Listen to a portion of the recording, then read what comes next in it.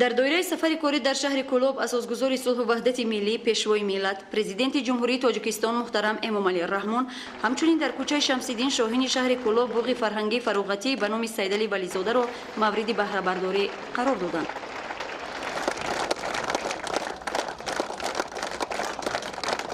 اطلاع داده شد که کارهای ساختمان و برقرارسازی باغ مذکور در دوام 4 ماه با جلب بیناکاران محلی با صفت بلند به انجام رسانیده شده است. باغ فرهنگی فراغتی به نام سیدعلی ولیزاده در مساحت بیش از 3 هکتار زمین بنیاد گردیده در حدود آن میدانچه کودکان 4 عدد اتراکسیون های زمانوی، 2 میدانچه بازی برای کودکان، 2 فواره، آمفی‌تئاتر خرد با 136 جای نشست، قهوه‌خانه جوانان برای قبول 20 نفر مزاجان در یک وقت، میدانچه ورزشی با درازی 40 و پهنایی 20 متر ساخته شده اطراف مجسمه مادر و کودک و گهواره با گل‌های موسمی آرا و زیبا گردانیده شدند. باعث افتخار و شرف بزرگ است که در عرفه جشن 28 سالگی استقلال دولتی جمهوری تاجیکستان و بخصوص در عرفه افتتاح اگریگات دوم نوبی روغون در شهر کلوب باغ فرهنگی فراغتی به نام استاد سیدعلی ولیزاده از طرف دانشگاه دولتی کلوب بنیاد گردید و برای ما مهمتر از همه است که در افتتاح باغ مذکور پرزیدنت جمهوری تاجیکستان اساسگزار صلح و وحدت ملی پیشوای ملت محترم امامعلی رحمان باغ مذکور و طلبات زمان معاصر ساخته شده به استفاده داده شد. همچنین مساحت 1.2 هکتاری باغ پورا سبزکاری گردانیده شده در اطراف و داخل سبززار بیش از 150,000 گل‌های موسمی و آرایشی و 300 بیخ ارچه‌های گوناگون شنانیده شدند که به حسن باغ شکوه دیگر ضم نمودند. من جلالова فریزه دانشجوی سال تحصیل پنجم فاکولته خیمیا بیولوژی دانشگاه دولتی کلوب به نام ابو عبدالله رودکی می باشم. باید بگویم که من یکی از دانشجویان خوشبخت و صاحب افتخار دانشگاه به حساب می روم. من سال 2015 که سال تکامل کلی و با شرافت پیشوای معظم ملت سال از نو احیا گشتن دانشگاه دولتی کلوب به حساب می رفت طبق کوتای پرزیدنتی به دانشگاه داخل شدم. ما جوانان کلوب باستانی از آن افتخار داریم که امروز شهر کلوب به یک شهر آباد و زیبا و شهر حاضر زمان تبدیل یافته است. برای ما جوانان همه شرایط‌های مساعد فراهم آورده شده است تا بتوانیم دانش خود را تکمیل داده در آبادی تاجیکستان عزیز قدم‌های استواری خود را گذاریم. امروزها در نزد دانشگاه دولتی کلوب به نام ابو عبدالله رودکی باغ نو فرهنگی و فراغتی عنوانی سیدعلی ولیزاده بنیاد گردید که ما می توانیم در اینجا در وقتهای خالگی آمده استراحت نماییم و نه تنها استراحت کنیم بلکه به خواندن کتاب‌های علمی و بدیعی مشغول شویم و از اینجا یک غذای معنوی برداریم. راهرو اطراف سبززار و انشاءات داخلی باغ فرهنگی فراغتی به نام سیدعلی ولیزاده 170 عدد چراغ‌پایه‌ها و چراغ‌های رنگه اینچنین اطراف مجسمه مادر و تنه درختان عظیم را سیمتورهای چراغان روشن گردانیدند.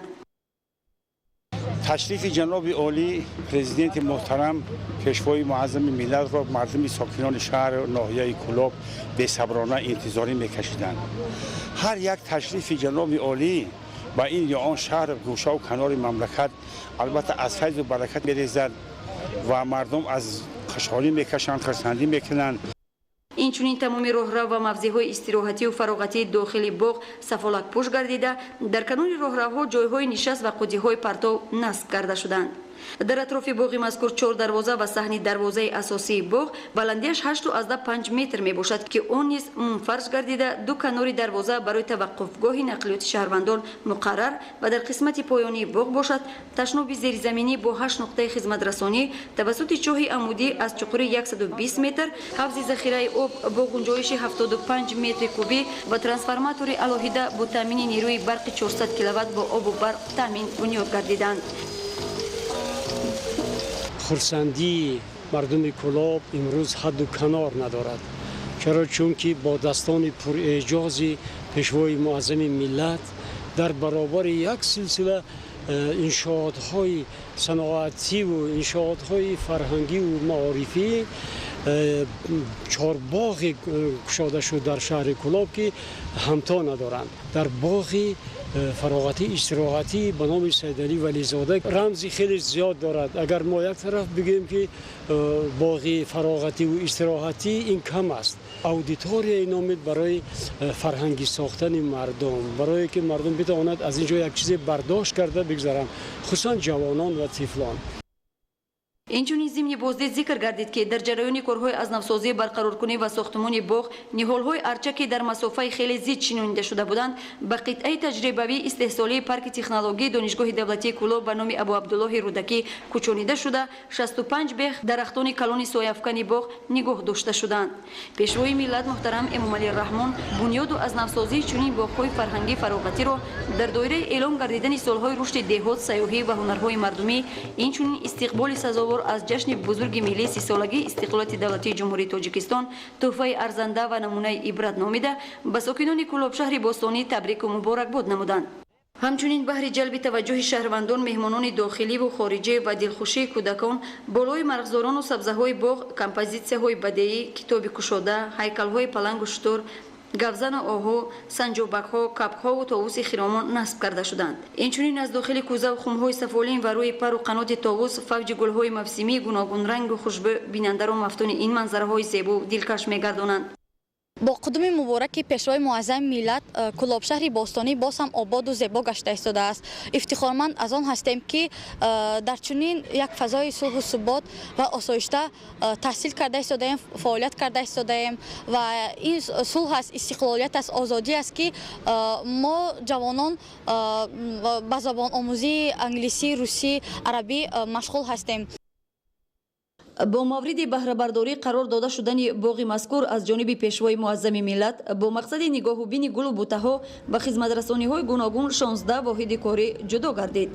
در باغ فرهنگی و فراغتی به نام سیدعلی ولیزاده شهر کلاب پرزیدنت مملکت محترم امامعلی رحمان با استادان دانشگاه دولتی کلاب به نام ابو عبدالله رودکی، ادیبان و دیگر نمایندگان اهل زیای شهر کلاب صحبت صمیمی و سازنده انجام دادند.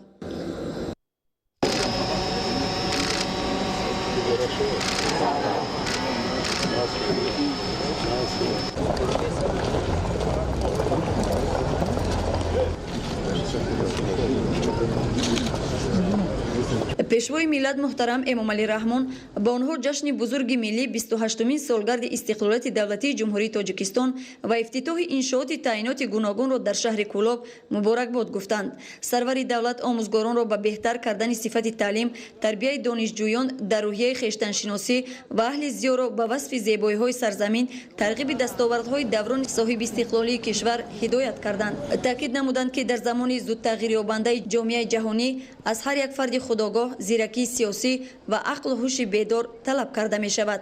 مردم باید بر ارزش‌های ملی و مقدسات سرزمین ارجح‌گذاری نموده برای نسل آینده یک کشور پیشرفته را به میراث گذارند.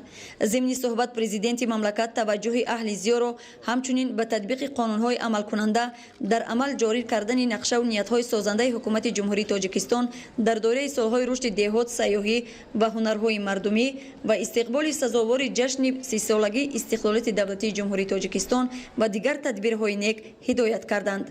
در نوبت خود اهل زیا به پیشوای ملت برای همه دستگیری‌ها و تامین زندگی شایسته اظهار سپاس بی‌اندازه نمودند. خورشید نجمی‌دین، صابری عبدالرازق از شهر کلاب.